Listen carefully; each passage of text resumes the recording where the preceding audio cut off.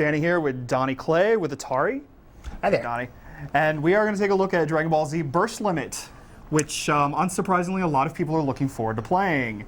It's a somewhat popular franchise, yes. Absolutely. We're going to be taking a look at the game on the 360, but I believe there's also a PlayStation 3 version. Yeah, there's a PS3 version as well. They're both exactly the same, so the content's the same, the graphics, everything's the same. So. Absolutely. And we're going to be taking a look at a couple different modes today and a couple of different gameplay features, if I recall correctly. What's the first thing that you've got to show for us today? Well, one of the first things I wanted to show you, I know a lot of the fans are definitely curious as to what kind of characters we have in the game, so I figured I'd reveal a couple more characters for you guys today. Like to see that. Didn't think you'd have a problem with that. Like to see that. So what I've got set up is a fight between a character from the Frieza Saga and a character from the Cell Saga.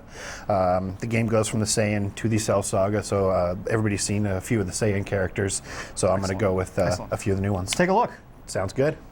So as you can see here, this is Trunks and Raccoon. Trunks is from the Android Saga, and Raccoon is from the Frieza Saga. I've got them fighting on automatic. The CPU is fighting the CPU, so we can talk. I can't play and talk at the same time. Understood. And we can just check it out here. You can see the fighting is very fast, very frenetic, nice and pretty looking. You can see some teleports going on here, some ki blasts. There's all kinds of counters. Looks like Trunks is going for a super move right now. Looks like it connected too. Ouch. Absolutely. now the moves that we see in this game, are they going to be similar to the ones that we've seen previously in the series? It's very similar to the Budokai series, as it's done by the same developers. Dimps actually developed this game, so it's kind of a return to a real 1 versus 1 fighting style of game.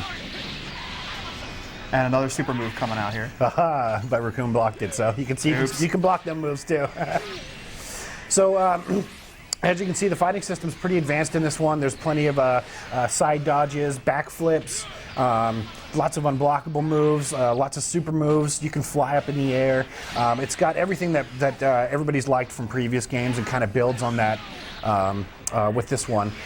You can see one of the other things we've done differently from the Budokai series, which I really enjoy, is we've taken out the charging up of the ki meter. If you can see down below, the ki is actually charging up by itself, or the energy, whatever you'd like to call it. It's ki in the DBZ world. So you don't have to actually focus on backing up and charging up your ki. A lot of the fights in some of the earlier games was just backing up and charging up. So now you can really focus on the actual fighting of the game.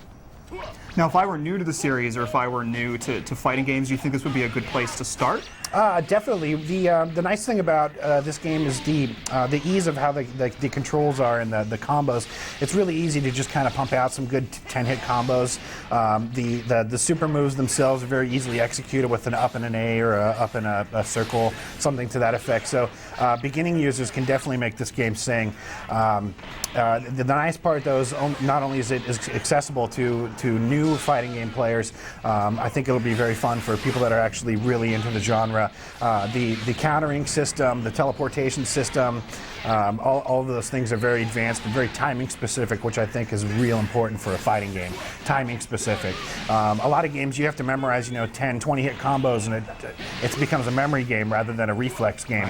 We went for reflex on this one, so if you're fast and you know the controls, you're going to kick some butt. Are we going to be seeing any in-game transformation?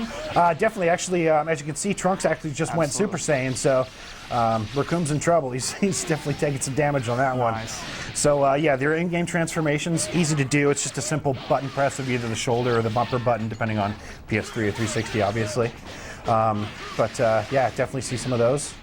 Like I said, there's pretty much. I don't think there's anything we're missing in this one. We've definitely kicked it up a notch for Burst Limit. Well, we've taken a look at this mode. Can we go ahead and switch back and take a look at story mode? Sure, actually, that sounds like a good idea. Give me 1 second here. Just let this reboot. Excellent. In the meanwhile, while we wait, I'm sure Ryan's got some questions he wants to throw our way. Sure. Oh, I definitely do. I've got one right here from Jesse Dunn. He's out of Freeport. He wants to know, and this is actually a perfect segue to your story business. Will it follow the story? Will it follow a story that people know and love, or what's the story all about? It follows from the beginning of DBZ, which is the Saiyan Saga, up into the end of the Cell Saga. So it doesn't go into any of the Buu Saga, which is the fourth saga in the series. It's just those three right there, so that's where it goes from. Anything else, Ryan? Oh, I got so many, dude. I know there's gonna be a lot. Here's one simple one. Blade of Athens wants to know, they're from Toronto, how many special moves are there per character? I think he's probably asking about ultimate moves, and there's 2 or 3 per character, so there's definitely a couple, and you unlock them as the game progresses, and they get cooler as you unlock them, obviously. I'll put one more at you while you get that loaded. RJ Polonia out of San Diego, California wants to know how the controls different for Budokai.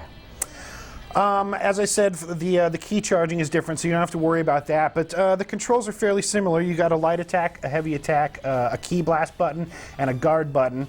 And then you modify stuff with the shoulder buttons, things like that. So it's fairly similar to Budokai. So if you're familiar with the series, you shouldn't have any problem picking it right up. Great. And we just got a little bit of time left, so I think we're going to go ahead and take a look at the story Sure, mode. Just yeah. waiting for that to load up here. Here we go. Z Chronicle mode. The story mode's called the Z Chronicles.